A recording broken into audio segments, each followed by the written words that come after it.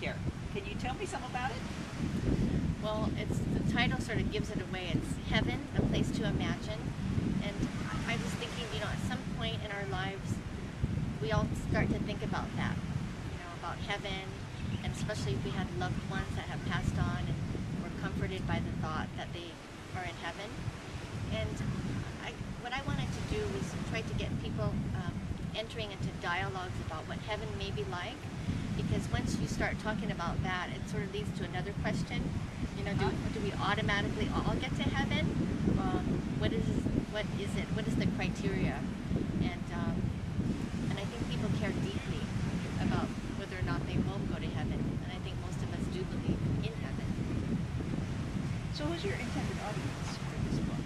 Oh, I think with the things that are happening in the world, I mean, I don't want to sound doom and gloom, but it's not hard to recognize that there's a lot of natural disasters that are happening around the world, and most recently, the tsunami in Japan, and just prior to that, it was I believe it was Indonesia and Haiti, and people start to wonder, what's going on with the world, and there are proponents about our planet. Maybe with the green effort, we're going to be able to save our planet, and it seems a little futile that humans could save an entire planet. So I know that there's something much more, and it's our faith and our belief in God, and my personal relationship with Jesus that has compelled me to write the book.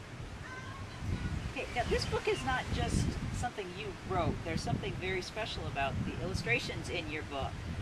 Yes, my husband Eddie Davis, he is considered an expressionist painter, and his paintings are featured throughout the book, and they're sort of heavenscapes. They're just abstract depictions of what heaven may be like. And he did the cover for your book too, yes? Yes, he did the cover as well. So, was your husband one of your inspirations for your book? Yes, most definitely, his artwork. Because it's so colorful and lively, and it makes you think of cheerful things that transcend, just the ordinary. And I think, that kind of transcends into heavenly thoughts. So you could say yes, he was an inspiration. But more so, Cheryl, my inspiration was just, I think I went off on a tangent, but getting back to where our world is, I think what we really want to experience in our life is the fullness of life, which includes joy and peace of mind and friendship and the love of our family, and just being able to help others in need, especially people that are victims of disasters.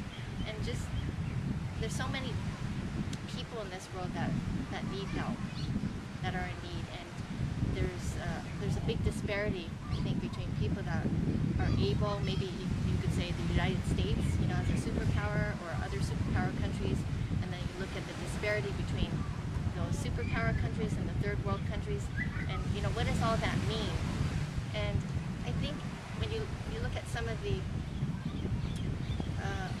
people that are in religions that are also based on some kind of afterlife, heaven, or their depiction of heaven, also comes into the picture. So ultimately, we have our life, and then we pass from this earth.